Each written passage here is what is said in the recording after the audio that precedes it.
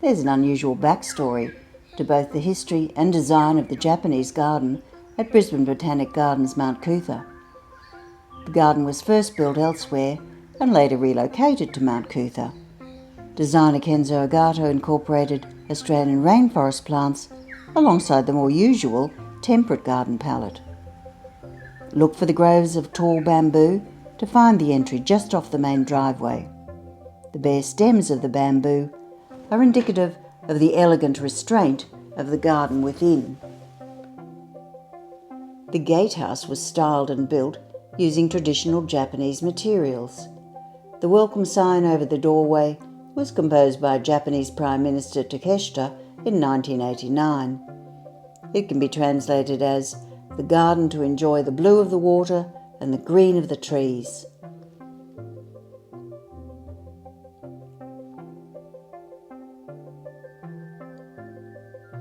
Originally, the garden was designed around the Japan Pavilion at Brisbane's Expo 88. It was such a treasured haven for visitors to the pavilion that, at the instigation of the then Lord Mayor of Brisbane, Sally Ann Atkinson, the Brisbane City Council, with financial aid from several Japanese cities, saved the garden for future generations and rebuilt it at Mount Coot-tha. It was opened to great acclaim in February 1989. The style of the garden is called mountain, pond, stream. It represents all of nature, as the stream cascades down the mountain into the pond below. The sound of the cascades permeates the garden. Japanese culture has a long history, with an important aspect of it being garden construction and the appreciation of the beauty of nature. The garden is 3,900 square metres and the pond about a tenth of the total size. Carefully placed trees and shrubs enhance the largesse of the garden, and you can enjoy the garden from the broad path surrounding the pond.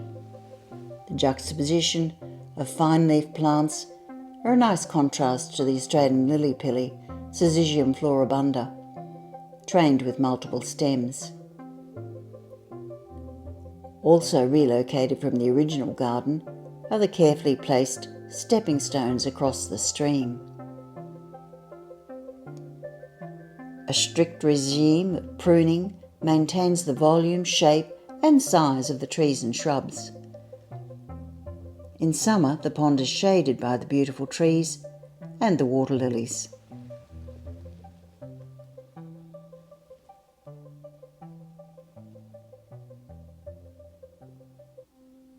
Australian plants are also used around the perimeter. Tall Syzygium lemani impart a sense of enclosure and provide a deep privacy screen. At the same time, they create a protective microclimate for the smaller shrubs below, such as the azaleas.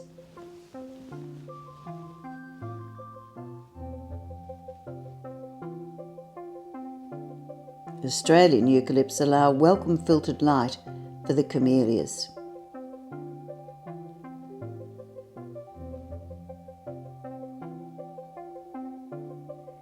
The arbours were also relocated from the expo site.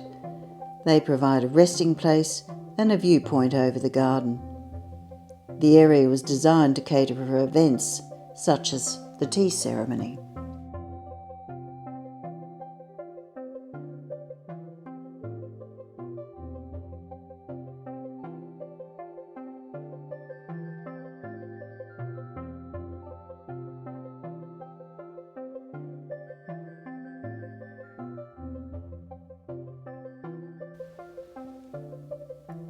Changes in a winter garden are a little more subtle in the subtropics than in cooler climates. If it weren't for the reveal of the framework of deciduous shrubs, would you even know it was winter? The winter temperatures in Brisbane range from 10 degrees Celsius overnight to 20 plus degrees Celsius during the day. And this is the perfect flowering conditions for the Millennium Cherry.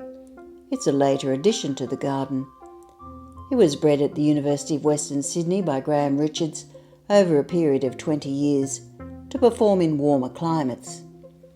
It's a hybrid between the wild cherry, Prunus avium, and the Taiwanese cherry, Prunus campanulata.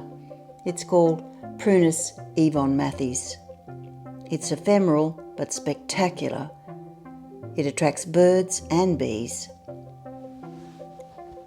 The preference in Japanese gardens may be for the colour green, but you may forgive us for another spectacle, the winter-flowering pink trumpet tree, Handroanthus impetaginosa, deliberately left in its natural shape as a buffer between the entry and the garden.